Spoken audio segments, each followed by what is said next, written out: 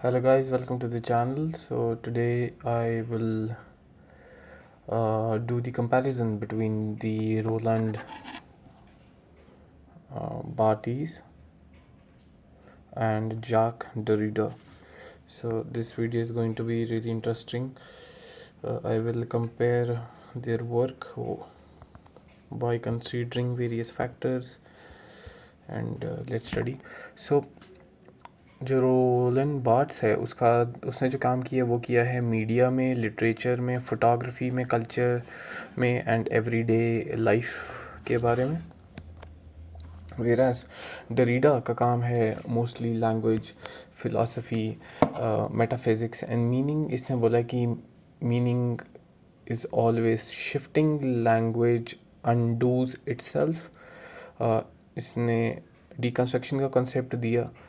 Okay, Roland Barthes ने जो बात की है वो की है डेथ ऑफ द ऑथर, जिसने बताया है कि रीडर्स क्रिएट मीनिंग, रीडर ही है जो मीनिंग क्रिएट करता है।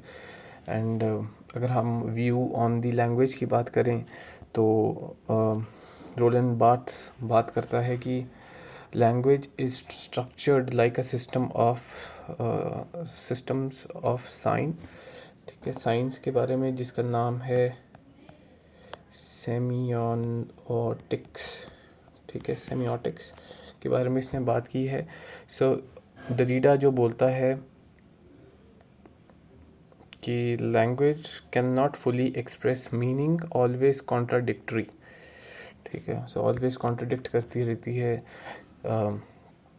लैंग्वेज अपने आप को बोलेगी कि this statement is true, but वो या फिर ऐसे बोलेगी दिस स्टेटमेंट इज़ फॉल्स, पर वो सही भी है और गलत भी है एट द सेम टाइम। जो इसने मेथड का यूज़ किया है वो किया है close reading, semiotics, cultural analysis.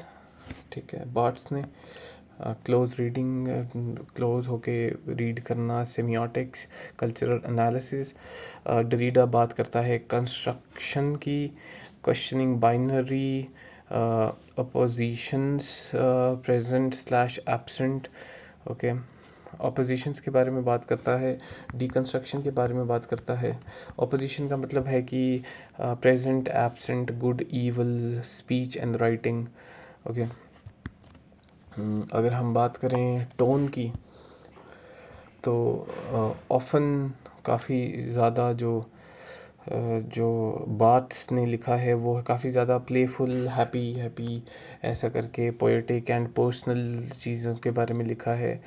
इसकी मदर की डेथ हो गई थी तो ये काफ़ी ज़्यादा लाइक फ़ोटोग्राफ़ी वाली साइड काफ़ी इंक्लाइन हो गया। तो इसने देखा कि यार मेरी मम्मी की पुरानी पिक्चर्स ने क्या किया कि वो सेव करके रख ली है वो पुराना टाइम जो हमने थोड़े टाइम पहले पढ़ा था कि time is just a construction. Time नाम की कोई चीज़ नहीं होती है, ये हमारा दिमाग कंस्ट्रक्ट करता है। तो अगर हम टोन की बात करें कि डरीडा क्या बोलता है, काफ़ी ज़्यादा डेंस है इसकी और फ़िलासफ़िकल है, हार्ड टू रीड है जो भी चीज़ इसने की है। इसकी बुक्स काफ़ी ज़्यादा डिफ़िकल्ट टू रीड हैं, लाइक काफ़ी ज़्यादा टाइम लग जाएगा। बिग इन्फ्लुएंस है रहा जो बाथ्स का, वो रहा मीडिया स्टडीज़ में, लिटरेरी क्रिटिसिज्म में, कल्चरल थ्योरी में। अगर हम बात करें डरीडा का तो इसका रहा इसका पोस्ट स्ट्रक्चरलिज्म में, लिटरेरी थ्योरी में एंड फिलॉसफी में। अगर हम बात करें मोस्ट नॉन नोन फॉर किस चीज़ के लिए जाना जाते हैं तो बात जाना जाता है आपका माइथोलॉजीज़। ठीक है, एक उसका काम है जिसका नाम है कमेरा लूसीडा। ठीक है, इसके बारे में हम पढ़ेंगे द डेथ ऑफ। बाकी जो है वो ये है कि the death of author, death of the author. ठीक है, और वेराज अगर हम बात करें डरीडा की तो ये जाना जाता है अपने काम के लिए ऑफ ग्रामेटो ग्रामेटोलॉजी, फिर आएगा इसका राइटिंग एंड डिफरेंस, ठीक है, डिफरेंस। फिर इसका है स्ट्रक्चर, साइन, प्ले, ठीक है। ये कुछ इसके काम है जिसके बारे में हम आगे जाके समझ सकते हैं कि किस बारे में ये बात कर रहा है। So I will try to make the videos as short as possible, ताकि चीज़ें बाद में हम कनेक्ट कर सकें, रिफ्लेक्ट बैक, क्योंकि चीज़ें तभी समझने में मज़ा आता है अगर हम हर एक चीज़ के बारे में डिस्कस करेंगे, ठीक है। डरीडा का काफ़ी डिफरेंट लाइफस्टाइल रहा है। वो गया है पेरिस में जाके अपना होम टाउन छोड़ के, एंड काफ़ी ज़्यादा स्ट्रगल देखी है इसने। अगर हम ऑथर के बारे में बात करें, ऑन द ऑथर, तो इसका जो बात्स की जो बात है वो ये है कि रोलैंड बात्स तो ये बात करता है इग्नोर द ऑथर, कि जो ऑथर बोल रहा है उसको इग्नोर करो। जो रीडर्स हैं वो मीनिंग बिल्ड करते हैं। एंड अगर हम बात करें डरीडा की, तो इसने बोला है question the authorities of all origins including authors and language itself, कि जो भी अथॉरिटी है ऑफ ओरिजिन की, लाइक भले वो ऑथर हो या लैंग्वेज हो, हर एक चीज़ को क्वेश्चन करना चाहिए। तो ये इसे बोलता है इग्नोर करो, इग्नोर करो जो भी आपके, इग्नोर दी ऑथर। और ये बोलता है कि भले वो ऑथर्स हो या लैंग्वेज हो, ये ऑथर को स्लैश लैंग्वेज को, इन दोनों को आपको जो है वो क्वेश्चन करना चाहिए, ठीक है। नेक्स्ट है कि डेथ सिंबॉलिक, ठीक है। Killer he killed of the author, मतलब सिंबॉलिक डेथ इसने किस चीज़ को माना है, इसने बोला है कि ऑथर को मार दो। मारने का मतलब है कि सिंबॉलिक डेथ, रीडर के हाथ में कमांड है, वो लेके जाएगा गाड़ी आगे, जो भी वो पढ़ेगा, जो भी वो कंस्ट्रक्ट करेगा दिमाग में, वो रीडर करेगा।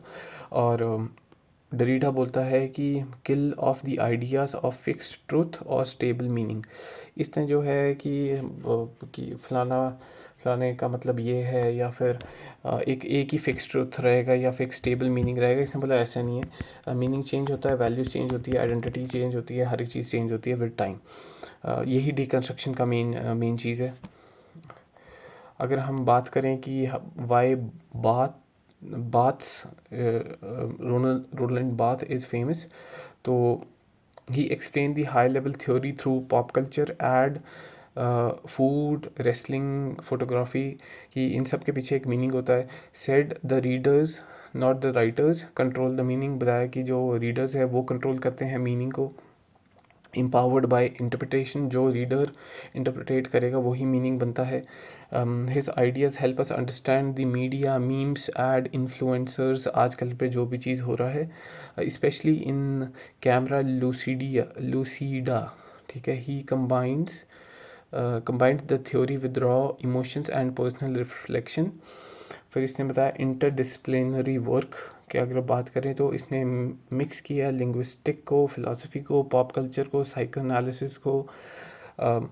फिर इसने हेल्प किया लाइक मिक्स्ड लिटरेचर को, हेल्प्ड शेप दी पोस्ट मॉडर्न थॉट, ठीक है।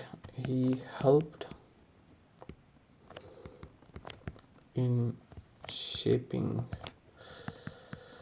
पोस्ट मॉडर्न थॉट, ठीक है। आई होप ये छोटी सी वीडियो आपको अच्छी लगी हो। We will compare rest of the things too, and I am planning to make all the small topics in very simple language, ताकि आपको समझ आए। थैंक्स।